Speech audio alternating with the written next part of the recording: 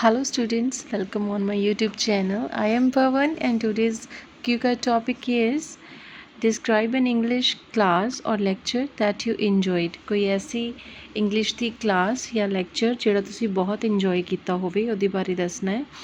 What was taught in the class ਵਿੱਚ ਕੀ ਪੜਾਇਆ ਗਿਆ ਸੀ. When did you take the class? ਤੁਸੀਂ class ਕਦੋਂ ਲਗਾਈ ਸੀ. Where it was? ਇਹ class ਕਿੱਥੇ ਲਗਾਈ ਸੀ. What did the teacher do that made you enjoy it? Teacher ਨੇ ਐਸਾ ਕੀ ਕਰਾਇਆ ਕਿ ਤੁਸੀਂ class ਨੂੰ ਬਹੁਤ enjoy ਕੀਤਾ. So here is our sample answer. English has always been my favorite language. English ਹਮੇਸ਼ਾ ਤੋਂ ਹੀ ਮੇਰੀ favorite ਭਾਸ਼ਾ ਰਹੀ ਹੈ and I enjoyed almost all my English classes during my school days.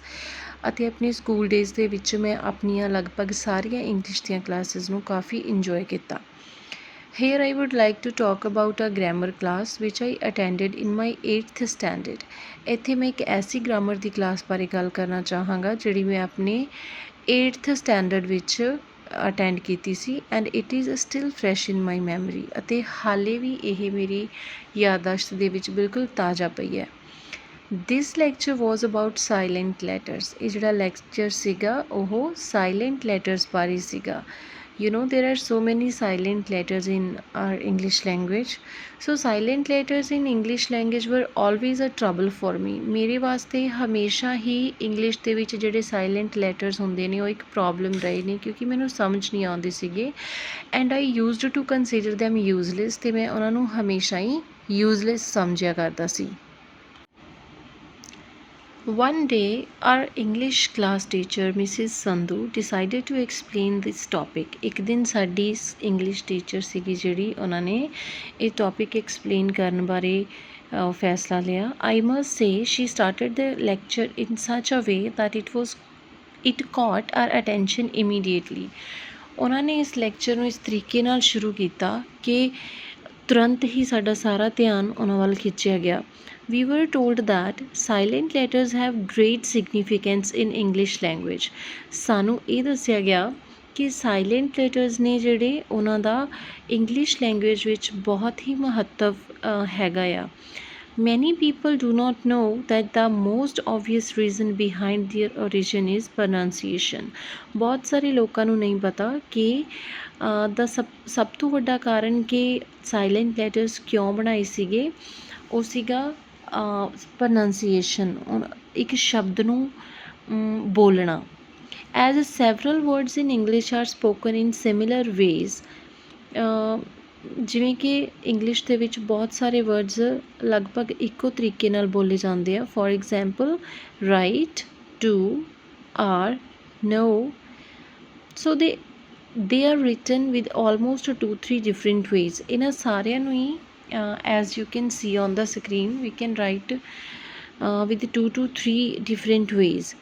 If only they were written that way with same spelling it would be challenging to recognize their real meaning. ਜੇਕਰ ਉਹਨਾਂ ਨੂੰ same ਤਰੀਕੇ ਨਾਲ ਹੀ ਲਿਖਿਆ ਜਾਵੇ ਜਿਵੇਂ ਉਹਨਾਂ ਨੂੰ ਸੇਮ ਤਰੀਕੇ ਨਾਲ ਬੋਲਿਆ ਜਾਂਦਾ ਤਾਂ ਉਹਨਾਂ ਦੇ ਰੀਅਲ ਮੀਨਿੰਗ ਨੂੰ ਸਮਝਣਾ ਕਾਫੀ ਔਖਾ ਹੋ ਜਾਏਗਾ. which will create confusion ਅਤੇ ਉਹਦੇ ਨਾਲ confusion create ਹੋਏਗੀ. So in order to make them different from one another silent letters came into existence. So ਇਹਨਾਂ ਇੱਕੋ ਤਰ੍ਹਾਂ ਬੋਲੇ ਜਾਣ ਵਾਲੇ ਸ਼ਬਦਾਂ ਨੂੰ ਵੱਖਰਾ ਕਰਨ ਵਾਸਤੇ ਸਾਈਲੈਂਟ ਲੈਟਰਸ ਦੀ ਖੋਜ ਹੋਈ ਜਾਂ ਉਹ ਹੋਂਦ ਵਿੱਚ ਆਏ. And according to second reason some words were borrowed from another languages. ਅਤੇ ਦੂਸਰੇ ਰੀਜ਼ਨ ਦੇ ਤੌਰ 'ਤੇ ਕੁਛ ਐਸੇ ਸ਼ਬਦ ਸੀਗੇ ਜਿਹੜੇ ਦੂਸਰੀਆਂ ਭਾਸ਼ਾਵਾਂ ਤੋਂ ਲਏ ਗਏ ਸੀ and silent letters were added to make them look separate. ਅਤੇ ਉਹਨਾਂ ਨੂੰ ਇੱਕ ਦੂਸਰੇ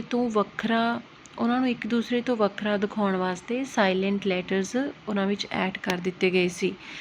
ਬਟ ਦੇਅਰ ਓਰੀਜਨਲ ਪ੍ਰੋਨਾਂਸੀਏਸ਼ਨ ਵਾਜ਼ ਨਾਟ ਆਲਟਰਡ. ਪਰ ਉਹਨਾਂ ਦੀ ਜਿਹੜੀ ਉਹ ਪੁਰਾਣੀ ਪ੍ਰੋਨਾਂਸੀਏਸ਼ਨ ਸੀ, ਬੋਲਣ ਦਾ ਤਰੀਕਾ ਸੀ, ਉਸਨੂੰ ਚੇਂਜ ਨਹੀਂ ਕੀਤਾ ਗਿਆ. ਆਲਟਰਡ ਹੁੰਦਾ ਕਿਸੇ ਚੀਜ਼ ਨੂੰ ਚੇਂਜ ਕਰਨਾ.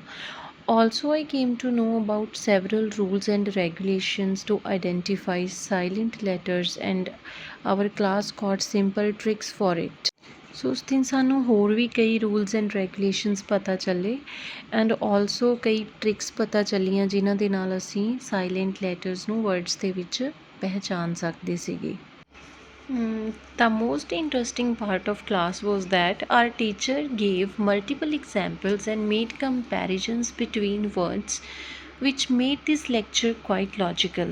ਸਭ ਤੋਂ ਮਜ਼ੇਦਾਰ ਪਾਰਟ ਸੀਗਾ ਕਲਾਸ ਦਾ ਕਿ ਜਿਹੜੇ ਸਾਡੇ ਟੀਚਰ ਸੀ ਉਹਨਾਂ ਨੇ ਕਾਫੀ ਸਾਰੀਆਂ ਐਗਜ਼ਾਮਪਲਸ ਦਿੱਤੀਆਂ ਸਾਨੂੰ ਐਂਡ ਕਾਫੀ ਤੁਲਨਾ ਕੀਤੀ ਵਰਡਸ ਦੀ ਆਪਸ ਦੇ ਵਿੱਚ, ਜਿਸ ਨੇ ਇਸ ਲੈਕਚਰ ਨੂੰ ਕਾਫੀ ਤਰਕਮਈ ਬਣਾ ਦਿੱਤਾ। ਮਤਲਬ ਕਾਫੀ ਲੌਜੀਕਲ ਹੋ ਗਿਆ ਕਿ ਇਹ ਨਹੀਂ ਸੀ ਸਾਨੂੰ ਸਿਰਫ ਰੱਟੇ ਲਗਾਏ ਸੀਗੇ, ਅਸੀਂ ਕਾਫੀ ਇਸ ਨੂੰ ਵਧੀਆ ਤਰੀਕੇ ਨਾਲ ਸਿੱਖਿਆ। Although it was a lengthy lecture, ਚਾਹੇ ਕਿ ਇਹ ਇੱਕ ਕਾਫੀ ਲੰਬਾ ਲੈਕਚਰ ਸੀ, we did not get bored, ਅਸੀਂ ਬਿਲਕੁਲ ਬੋਰ ਨਹੀਂ ਹੋਏ।